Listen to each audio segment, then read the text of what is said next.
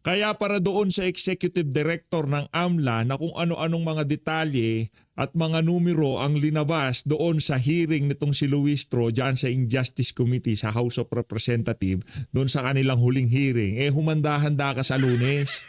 Etong si Atty. Manscarpio magsasampa na ho ng kaso. Mamaya ho pag-uusapan natin yan at papasadahan din ho natin ang interview nitong si Atty. Sreli Totorion dyan sa SMNI. Pero bago ang lahat ng yan, isang like at isang subscribe. Masaya na ho tayo dyan at sa mga gusto sumali sa ating community, yung join button, nandyan lang ho sa baba. Ayun na nga, sa Lunes, matindi-tindi ho itong mga kababayan. Kaabang-abang ho ang mangyayari para doon sa Tabachingching na nagpagamit dyan sa Injustice Committee para siraan itong si Vice President Sara Duterte. Maliho kasi yun mga kababayan. Kung ano-anong pinuportray nila, 6 billion, napakaraming na flag na transaction, kahit ordinaryong tao ho mga kababayan. Pag naglabas ka, nagpasok ka ng 500,000 piso mahigit sa bangko, mapaplag ho talaga't mapaplag yan. Ngayon ang tanong, kung sa nakalipas na 19 years, na-plug ng AMLA yung mga transaction na yan nitong si Atty. Manscarpio at nitong si Vice President Sara Duterte, kinasuhan ho ba sila? Di ba? Yun kasing paglalarawan dyan sa hearing nitong si Luis Tro, para bang merong nagawang kasalanan itong mag-asawang Carpio Duterte na tila bagang nagnakaw sila, gumawa sila ng illegal. Ang tanong sa AMLA, kinasuhan nyo ba ang mag-asawa Carpio Duterte noong meron silang mga transaction na ganyang kalalaki na naglabas-masok sa kanilang mga bangko?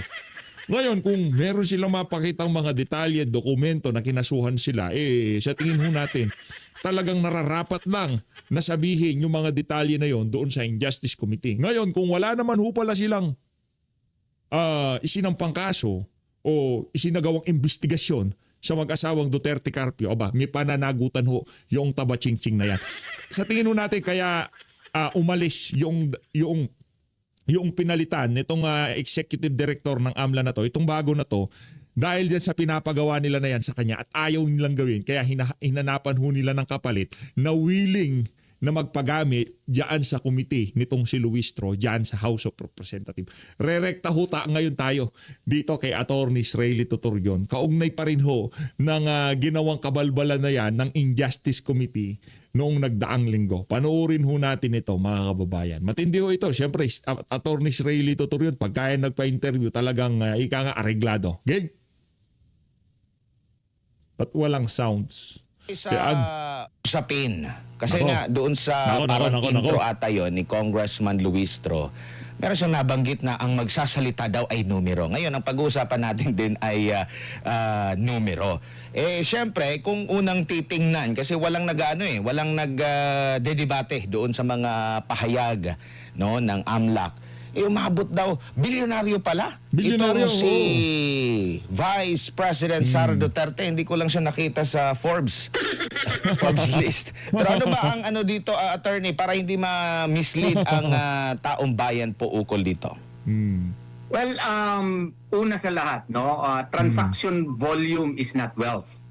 Hindi po tayo dapat mawala dito. This is a very misleading presentation of evidence, Kasi nga po, yung 6.77 billion daw na pinost during the hearing, it was given the impression na yun ang parang cash deposit ni VP Sara Duterte. Hindi po yun totoo. And that is very misleading, Kasi ito po, kaklaruhin ko lang, I'm not officially member of VP Sara Duterte's team, legal team, but of course I am also a Filipino citizen and I am taxpayer, and as a law dean, I also have the obligation to inform the public as to the matters that are being discussed in the House of Representatives, and especially insofar as the evidences are situated.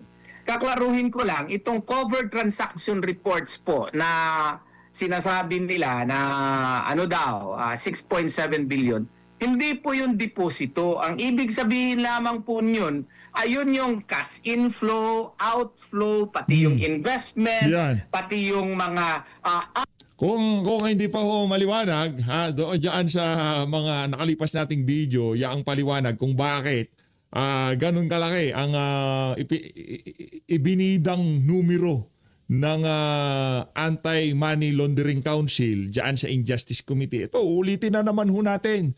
Kasi wala ho talagang makakapanlokes sa sambayan ng Pilipino. Laging ang katotohanan ang mangingibabaw sa kahit ano pa mang usapan.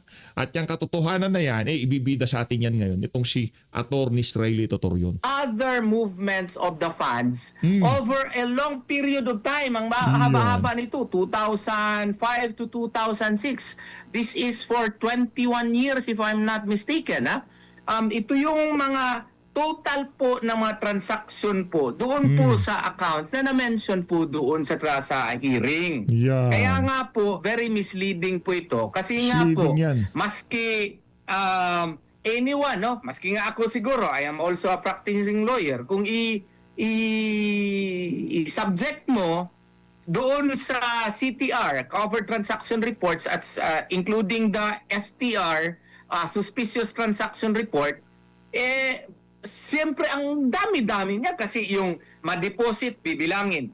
Kung i-withdraw mo, bibilangin. Kung i-invest mo, bibilangin. Bilangin, lahat Kung bilang. yung 2 million mo lang, kunan mo ng 1 million, bibilangin yon. Tapos 3 million i-deposit na. mo naman yung 500,000, bibilangin mo yun. Kung 3.5 same money na. mo, deposituhan mo na naman ng 1 million, balik mo, bibilangin nyo. Kung i-invest mo yung pera mo, bibilangin pa rin yun. Lahat yun kinikwenta under the Covered Transaction Report. Kasi yung Covered Transaction Report, 500,000 or more, bibilangin yan whether it is a deposit or a withdrawal or investment, basta siya ay transaction. Yun po ang ibig sabihin yun. Yung suspicious transaction reports naman po, hindi po ibig sabihin na yan po ay ill-gotten wealth na mismo. Ilang beses na nangyari yan sa akin. Kunyari may kliyente ako na galing abroad, magdeposito more than 500,000 for instance, no? Siyempre tatanungin nila sa akin, they would require more documentations from me. It is flagged as STR, but it does not mean that it is already ill-gotten. Magre-require lamang sila ng additional documentation sa akin. Kaya nga, ang sinasabi ko doon sa post, kasi ang daming kung makikinig ka doon sa sa mga mainstream media, parang binabanner ka agad nila that we have already proven the guilt of VP Sara Duterte. Sumasakit yung ulo ko. Yun bang 6.7 million na nire-report nung na Si Auntie Claire, ganun ho kasi packaging nila na itong si BP Sara, may sala na, di ba? Napakalaking halaga, naglabas-masok sa account niya. Yun ho talagang packaging doon sa pagsasalita ng AMLA. Kaya yung AMLA na yan, naku, malaki ho pananagutan yan sa sambayan ng Pilipino. Abangan nyo lang ho mga kababayan. Kakapasok pa lang niya nung April 14, meron na ho siyang kinakaharap na kaso sa Malunes. Palakpakan. Diba? mga transaction reports, hindi maling-mali po yun at saka napaka-malicious nun at saka napaka-misleading po nun. Kasi nga po, in-explain ko na ng maigi doon po sa aking post. Lahat po ng transaction, basta covered more than 500,000, bibilangin yan maski na from the same source or from whatever source, no? Maski nga i-withdraw mo, i-invest mo, basta magdaan sa iyong sa iyong bank account, bibilangin 'yon. Ito 21 years 2005 o 2006 to 2025 ata ito. Ang lawak-lawak ng coverage nito 630 nga lang yung covered transactions. Ang dapat nito, nag-focus doong time na si VP Sara Duterte ay Vice President na. Kung titingnan mo nung Vice President na si VP Sara Duterte, ang liit-liit lang ng mga transaksyon Wala talagang questionably doon. Kaya tayong mga mamamayan, hindi tayo magpapalinlang nito. Wala kasi silang ebidensya against kay VP Sara Duterte, maski ano-ano na lang ang ginagawa nila just to build a ghost of a case. Opo, Yun po. attorney, balikan ko lang po, no, ang role ng Kamara dito po sa impeachment. Kasi sinasabi sila yung magiging piskal, di ba? Kung may magrereklamo, dadaan muna sa kanila. Same din ba yung kanilang function sa piskal, sa regular na More or less. korte? Opo. Yes, more or less pare-pareho sila sa piskal. Kaya nga ang piskalya naman pag anong ipafile doon sa na complaint, doon sila mag-concentrate. Kung anong mga i-attach, doon sila mag-concentrate. Kung may mga hindi klaro, doon sa in-state, doon sa complaint, pwede sila magpatawag ng clarificatory hearing. Para ma-clear out yung mga hindi klaro masyado na na-state sa complaint. Pero kinakailangan na na-state sa complaint. Ang problema dito sa ating impeachment complaint, like for example, iklaro ko na masyado si Senator Trillanes. Yan. Alam nyo ba na si Senator Trillanes nakasaad lang sa third impeachment complaint ni Father Saballa? Footnote lang 98 under paragraph 110. Nako. Ano pang naka-footnote sa kanya? Ang naka-footnote sa kanya ay according to him daw, based on newspaper reports, ito daw yung mga ill-gotten wealth daw or mga questionable transactions daw ni Tatay Digong at ni Sara Duterte. Maling-mali yun na magiging basis po for a subpoena. Bakit po maling-mali yun? Kasi po, yung basis for a subpoena must be based on personal knowledge. Yung doon po sa footnote po, kung saan nakasaad yung name ni Senator Trillanes, ibase po yun sa newspaper reports. Kung newspaper reports pala yung basihanan niya, hearsay evidence yun twice removed. Meaning, hindi yun pursuan sa kanyang personal knowledge. So, dapat hindi yun pinapasabpina. So, ang nangyari, based on that, pinasabpina na lahat, yung mga, mga bank records niya, pati misis niya, pati yung ibang mga korporasyon, at saka pati AMLAC, pinasabpina na, no? So, kaya nga, maling-mali po yung basihanan for the subpoena event. Opo, nabanggit mo yung clarificatory. Saan po ba ito? Pwede ba siyang huli after na mag-declare na sufficient in form, in substance? Nag-declare na sila sa mismong komite, or dapat mauna itong clarificatory bago sila mag-decide kung sufficient in form, substance, or yun nga, attorney? As a general rule, tama ka. Pero kung ibase natin sa Rule 3 Section 7 ng House Rules, possibly, okay, may basihanan yon doon sa Rule 3 Section 7 nila that a hearing may be conducted. But, again, based on the complaint. Based on the complaint. Hindi yung sila na ang mga ngalap ng mga ebidensya para mapalakas ang complaint. Hindi po pwede yun. Fishing Yun eh. expedition na yun. Oo. Kasi nga po, ang basihanan dyan, naka-find na pala kayo ng sufficiency in form at saka sufficiency in substance. Ang i-clarify ninyo yung mga nakasaad lamang doon sa complaint. Ang sinasabi nila, doon sa complaint ni Attorney Cabrera, doon sa fourth complaint, ang nakasaad kasi doon, and they may, pwede natin busisiin yung kanyang mga ITRs, mga SALN, no? Para ma-prove natin itong complaint na ito. Pwede ba yun? Hindi po pwede yun. Hindi pwede Shotgun yun. allegation yun. Nako. Hindi po pwede. So, ang ibig sabihin nun, ginagawa mo na ngayon ang Committee on Justice na magiging investigator mo, na magiging, evidence gatherer mo para mapalakas mo yung complaint. Hindi po pwede Nako. yun. Fishing expedition yun. You have to state with specificity at the very least so that you can come up with an allegation with containing ultimate facts which would indicate that you have charged the offense of graft and corruption, culpable violation of the 1987 Constitution, bribery, other high crimes, and such. Kasi kung hindi mo magawa yan, ang duty ng Committee on Justice is to dismiss the complaint. Opo. Ganun pala yun. Bilang piskal, yung mga pahayag na parang meron na silang desisyon, meron na silang conclusion, pwede po ba yun? Tapos sasabihin nilang may due process. Pero pakikinggan mo yung kanilang intro, mga dalawang intro, meron ng mga penal na desisyon, tapos sasabihin na kung mali ang mga inaakusa laban sa iyo, dapat humarap ka.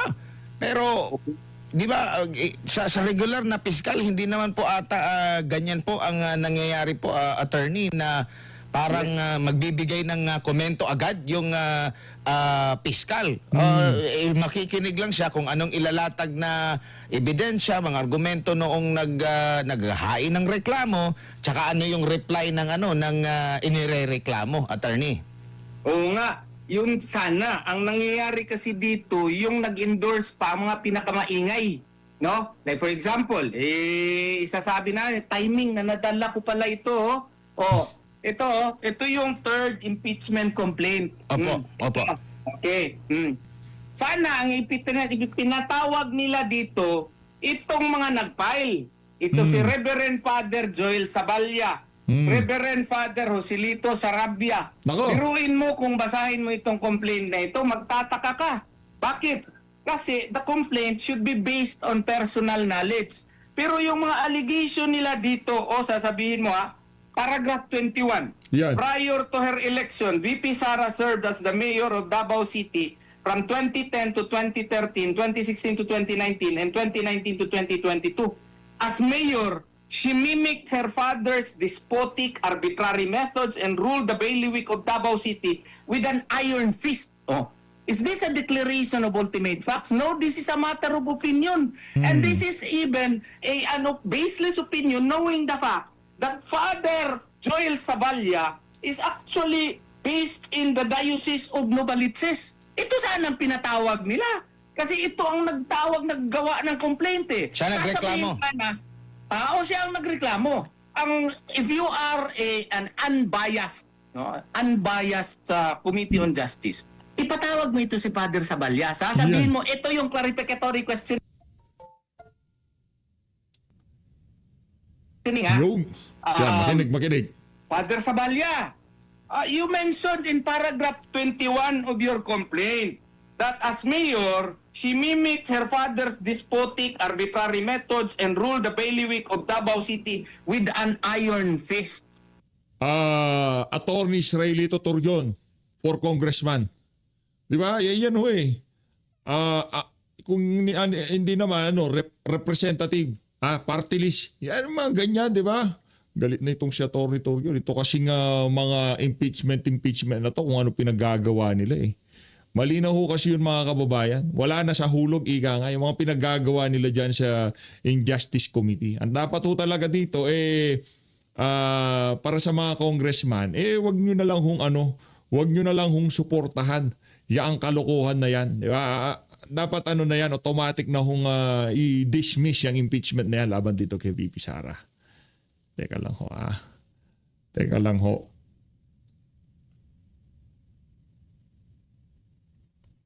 Yo, game ulit. Father Saballa, in your complaint, you did not attach any evidence Yan. in your complaint. What made you say that she ruled Davao City with an iron fist? Yun ang mga clarificatory question. Ito pa, paragraph 22. Sabi dito, when she took over the office of the Vice President OBP, VP Sara was unsatisfied with the budget given to her. Imagine that. In an impeachment complaint, kung ikaw ay tarong, kung ikaw ay tamang-tama, unbiased, and competent hearing officer, sasabihin mo dito, i-clarify, patawag mo siya dito sa hearing. Father Saballa, you said that when she took over the office of Vice President, VP Sara was unsatisfied with the budget given to her. Can you please tell me, were you working in the office of the Vice President? Oh, di ba? Paano niya masabi ito? Pari siya sa Novaliches. How did you know that she was unsatisfied with the budget given to her? Yan ang mga clarificatory Yan ang mga question. oo. May basis doon sa complaint. Hindi yung ipapatawag yung mga tao na wala naman, hindi naman nakasaad doon sa kanyang complaint. Kaya nga sinasabi namin, fishing expedition yung ginagawa nila. Attorney. Yun, kasi hindi na nakasaad sa complaint, yun pang tinatanong. Yun totoo, na-mention dito, si yung kanilang star witness na preso ngayon. Anong pangalan ng star witness nila? Madriaga. Totoo na naka-mention dito. Sana tinanong ito si Saballa, Father Saballa, inattach mo itong affidavit dito ni itong tao na ito. Anong pangalan nito, Father Saballa? Paano kayo nagkakilala? Yun ang mga tanong. Paano kayo nagkakilala? Bakit ka nag-attach ng affidavit? Sinong nagbigay sa iyo ng affidavit nitong tao na ito? Kasi pare ka naman eh. Bakit ka may affidavit na ganito? No? Yun ang mga tanong. Paano mo siya nakilala? Paano ito nabigay itong affidavit sa iyo? Kasi in-include mo ito, so parang may personal knowledge ka nito. Matagal mo na ba siyang kakilala? Yun ang mga tanong. Ang nangyari, yung affidavit nitong tao na ito, hindi ko siya gustong pangalanan kasi baka sisikat siya lalo, wala namang kabuluhan yung mga testimonya niya.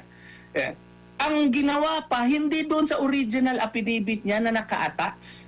Ang tinanong, yung supplemental affidavit na hindi man lang binigyan ng kopya ang kampo ni VP Sara at hindi man lang yun na-explain dito sa impeachment complaint. Paano ka makatanong doon on clarificatory question? Anong i-clarify mo na hindi nga alam ng respondent yung supplemental affidavit niya? Galing talaga ni Tortor yun. Grave Galing. abuse of discretion amounting to lack or excess of jurisdiction yun. Ang tawag namin yun, kabalbalad yun. It has Kabalbalad no yun. basis under the law whatsoever. It violates the basic dictates of fairness and due process. Opo. Yung mga nag-refer po ba ng mga kongresista, sila ba ay may pwedeng mangalap ng ebidensya or still or ano bang role nila maliban sa pag-refer? Supposedly, kung wala lang sana talaga yung objective lang ba, yung nag-endorse na mga congressman, dapat nag-inhibit sila. I'm referring to Congresswoman De Lima. Dapat nag-inhibit siya. Yung endorser din ng fourth complaint, dapat nag-inhibit din yun kung membro siya ng Committee on Justice. Why? Because when you endorse a complaint, yun nga ang sinasabi ko noon, it is as if you own the complaint, you certify that the complaint likewise is true and correct, and it has basis really that it can fly. It can really survive the test of sufficiency of in form and of substance. It has probable cause. That is in effect, what are you endorsing for? Ang problema, ikaw pa yung endorser, ikaw pa yung nagtatanong doon sa wala na yung basic delikadesa. Sana nag-inhibit sila. And then kung kinakailangan na ipatawag sila kasi sila endorser during the hearing, it may be possible. Pero yung hindi siya nag-inhibit at nag-join sila actively during the determination of sufficiency in form and substance and during the hearing proper to determine probable cause, that is questionable. And whatever may be the report, that is a product of that mistake may be questioned before the Supreme Court. Kaya nag-prepare na ako ng yung opisina namin. Katulong ko yung aking mga abogado led by Assistant Dean Resi Rizada Nolasco, no? At saka mga kasama ko mga abogado, nag-prepare kami ng supplemental complaint. Meron pa ng isang basis din dyan na yung kanilang counting ng session days. Oo. In-extend pa nila, maski recess na. Kinwestiyon ko rin yan dito sa panibagong supplemental complaint. So yun talaga, ang daming mali po dito na alam naman nila, may mga magagaling na abogado dyan eh. Alam nila na mali yan, pero ang purpose kasi nila, ayaw nila i-diretso kaagad, ipa-report sa plenary para magawa sila ng articles of impeachment para mag-trial na sa Senado. Kasi siguro alam nila matatalo sila doon. So, inextend nila itong parang nagawa na sila ng mini trial na violation din under the 1987 Constitution kasi ang Senado lang ang may karapatan yan. Ginawa nila itong mini trial kay para hindi to find probable cause. What is their purpose? Sa tingin ko lang, pwede ko ako magkamali. Ang purpose nila is to chip away the popularity of Madam Sara Duterte. Correct. They want to crucify her, they want to attack her para mawalan konti yung kanyang pagka-popular masyado ngayon. Yeah. Opo, merong nababanggit, nagbabasa ako ng mga iba't ibang mga opinion, pagpuna doon sa, bago pa man attorney bago pa man nagsalita yung defense team ng impeachment ni Vice President Sara Duterte. Ang dami ng mga opinion na nagdedepensa, kumukwestiyon dito sa naging hakbang po ng Committee on Justice. At kabilang po sa mga nababanggit nila ay yung Bank Secrecy Law at yung AMLA. Ano po ang nakikita nyo pong paglabag na nangyari doon mula dito sa mga batas na ito or baka meron pang nakikita kayong questionable sa iba pang mga batas, attorney? Yung Bank Secrecy Law, yung 1405, Republic of 1405, totoo merong impeachment na exception doon, but that has to be reckoned with the AMLAC law. Yun ang aming contention dyan. Kasi kung tutuusin po, kinakailangan po talaga na yung mag-imbestiga dyan, korte. Hindi naman sila korte. Oo. They are merely there akin to a prosecutor's office. To my humble mind, hindi talaga mag-apply yung Bank Secrecy Law exception. Because granting for the sake of argument that the impeachment exception may apply, it may only be done once the case is already before the Senate as an impeachment court. Okay? So yun ang aking stand doon, and that's one of the reasons why we filed that manifestation before the Supreme Court.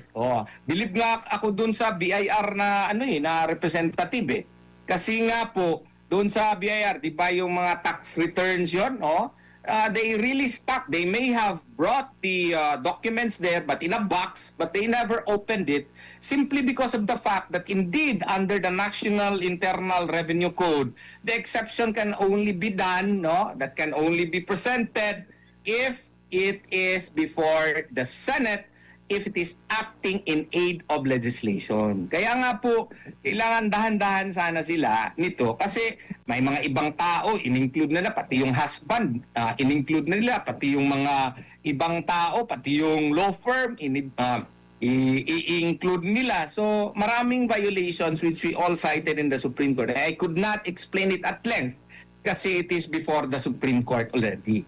Opo, tsaka yung pag-determine kung clarificatory ba yung pagtatanong o hindi. Kasi maraming mga instances na napapatanong pero yun nga either pinaalalahanan or ini-strike out po yung mga pagtatanong. Sabi nga ni Congressman Marcoleta, wala na raw natira doon sa kanyang mga sinabi kasi pin-strike out ata lahat ng kanyang mga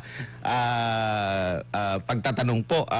Attorney, may nakita po ba kayo doon during sa hearing na tama naman yun clarificatory naman yun, pero sabi naman ng nag-preside, hindi, na yan, doon na yan sa trial, mapag-uusapan yung mga ganyang klase ng tanong, attorney?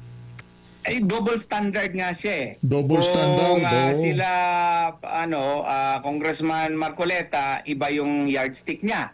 Pero kung kasama niya, kung nagtatanong doon sa, kay Madriaga, medyo iba yung yardstick na. Ito lang i-highlight ko yung sinabi ko sa inyo. Page, 43 of the third impeachment complaint, yung sinabi ko sa inyo, hindi ko lang footnote number, maklaro ba? Hindi ako marunong kasi mag-ano ba? Oo, naka-blur, naka-automatic blur yung ano po. Sige, bagitin niyo lang po. At saka, Ito, attorney, Kasi- paki-explain din kung ano yung footnote. Ano yan? Kabilang ba yan sa main discussion dyan sa kanilang mga Yes. petisyon or ano lang, pakaping, sa Bisaya, Kasi pakaping. ginawang parang si Trillanes naman parang ginawa siyang main or star witness. What was the basis of the Committee on Justice in issuing a subpoena to him? Alam mo, binasa namin itong impeachment complaint, no? Meron ng footnote, nakalagay dito sa page 43 of page 43 of 98 of the third impeachment complaint of Father Saballa. Nakasaad dito, footnote 98, si Trillanes accuses Duterte children of having 300 million in bank accounts for April 2016. GMA Network, News, Top Stories, Nation, Trillanes accuses Duterte children of having 300 million in bank account story. So meaning, ang basis nitong pagpatawag kay Trillanes was based on a footnote in paragraph 109 of the complaint. Ang tama na proseso niyan, mag-issue ba tayo ng subpoena kay Trillanes? Sasabihin yan, nandun yan sa paragraph, page 43 kung pwede ninyo maano yan. Page 43 of the third impeachment complaint. Tingnan nyo. Mag-issue ba tayo ng subpoena? Hindi po pwede kasi ang basihanan niya dito, GMA Network. So news, anong pinalabas? Ang pinalabas nila yung mga salin na. Nako. May basihanan ba yun? Walang basihanan yun kasi in the first place, this is not based on personal knowledge. Second, nagawa siya ng affidavit niya the day before the hearing. Pwede ba yun? Kasi hindi yun pwede kasi hindi yun naka-attach sa complaint. Yun pala Hindi yun. mo pa binigyan ng kopya yung respondent para at least days before the hearing, the respondent could have seen it or studied it so that it can or she can file a counter pleading to counter whatever new allegations that former Senator Trillanes may. So violation na naman pala yun. Panibagong bala na naman ng kampo ni VP Sara sa Korte Suprema. Yang ginawa nila na yan sa Injustice Committee. Tapos pagka binawalan na naman yan sila ng Korte Suprema, pagka diniklarang unconstitutional na naman niya ang impeachment na yan, judicial overreach. Palakpakan. Diba? Masiraulo talaga itong mga to Ayo Have Ala made nyo, in his very new affidavit. The day before yung date nung yung kanyang affidavit So, anong ibig sabihin nun? Ang ibig sabihin nun, violation yun of due process. First, the issuance of a subpoena was wrongful. It was incorrect. It was illegal because it was not based on personal knowledge. What you call this, kung magpa-issue ka ng subpoena, ang ipasubpoena mo yung news item, gmanetwork.com. Bakit ka magpasubpoena ng ibang salin? Hindi naman yun nakalagay dito sa paragraph 98 So, ang ibig sabihin yan, if you go beyond the complaint, that's fishing expedition. Kaya nga, sinasabi niyan, fishing expedition talaga ito. Okay? So yun ang mga punto po namin na kinaklaro ko lang masyado kasi sumusobra na talaga Sobra yung na. Committee on Justice. Sobra They go na. beyond the jurisdiction, they go beyond the authority given to them under the 1987 Constitution as well as their own rules of procedure.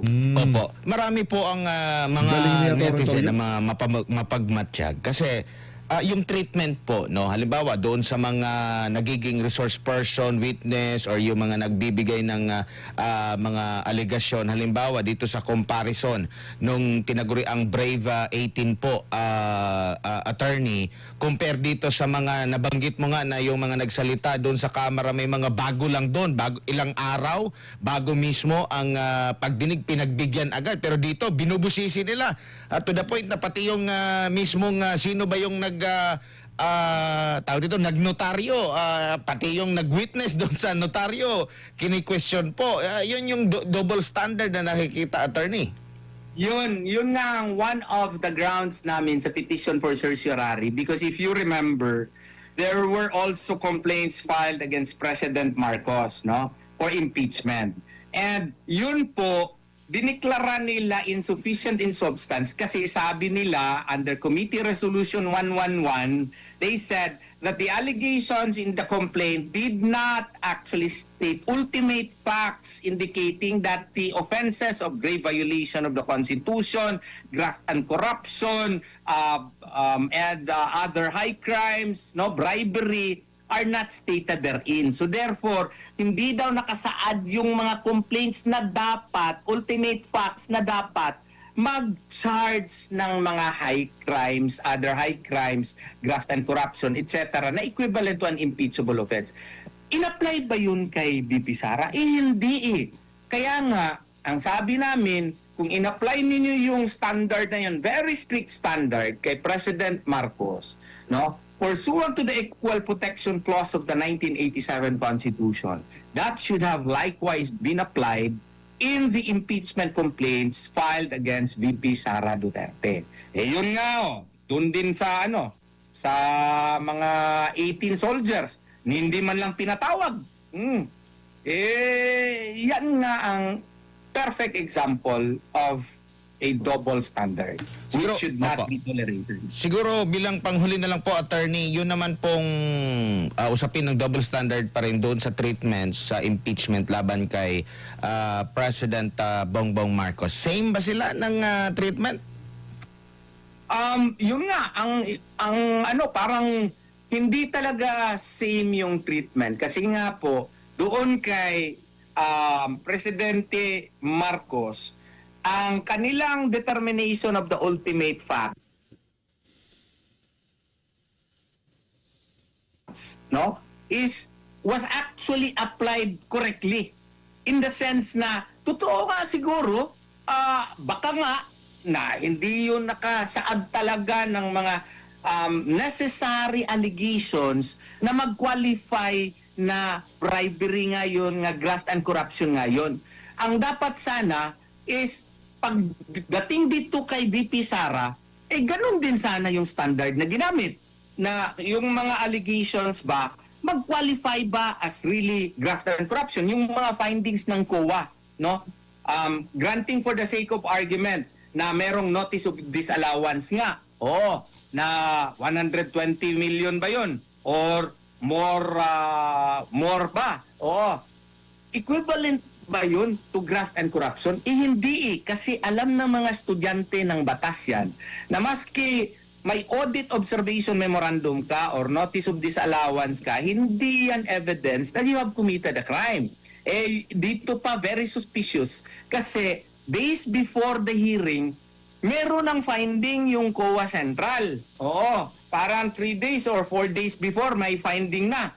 Ang nakakatuwa pa, hindi pa nga na-flash yung finding, tinatanong na ng mga congressman, page 12 ng COA, decision. Paano sila nagkaroon kaagad ng kopya ng COA decision? Hindi nga na-furnish pa yung respondent And under the law, that cannot still be used as basis because if we use COA rules, the respondent has 30 days to file a motion for reconsideration.